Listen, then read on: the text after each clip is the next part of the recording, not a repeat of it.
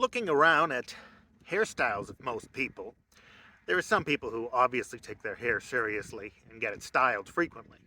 But most people just have very plain or even bad haircuts. So I just assumed that everybody cuts their own hair like I do. But then when the lockdowns came around and everybody's hair became long and shaggy, I realized they still go and get their hair cut. That's a lot of time and money spent, especially for the especially for a very simple and straightforward haircut. If that's something you enjoy and you like the social aspect of it, I think that's great. But if it's a chore that you put up with, might as well just do it yourself. Especially for men who shave and groom themselves in the mirror every day. It's only a little bit extra effort to cut the hair on the top of your head as well. When I was in school, even through high school, my mom would cut my hair for me. But it always seemed to turn into an argument, so I decided to just do it myself.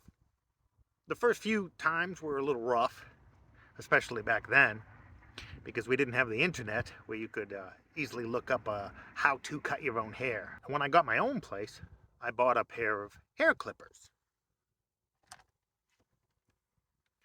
Typical standard issue adjustable hair clipper.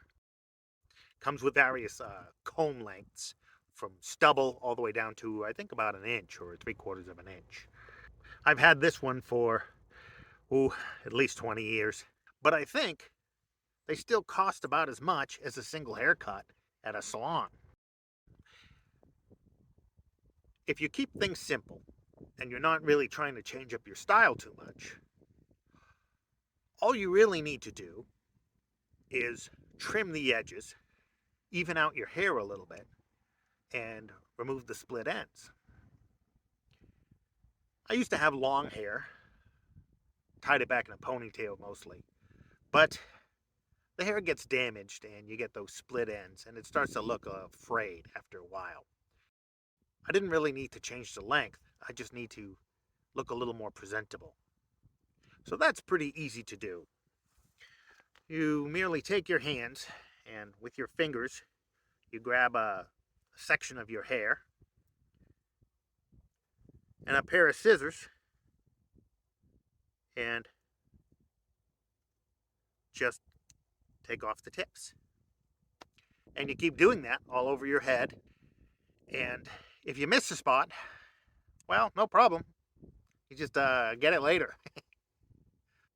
Normally, I would be facing a mirror instead of a camera. It's difficult to get two mirrors going and a camera at the same time. I only have two hands. But normally, I'm facing a mirror, a bathroom mirror, let's say, and I can use a handheld mirror for the back of my head. Bounce it off of the two mirrors. That's kind of difficult because things are backwards in a mirror, and then when you have two mirrors, things are backwards and backwards again. I think for me, it's kind of like backing up with a trailer. You got to turn the wheel into a counterintuitive way. But I usually try to keep the back of my head as simple as possible. So I don't really need this second mirror. I can work just from looking in the front mirror. And that way I can get the top of my head and the sides. Now when your hair is shorter, basically you have to worry about the edges that grow too long and uneven.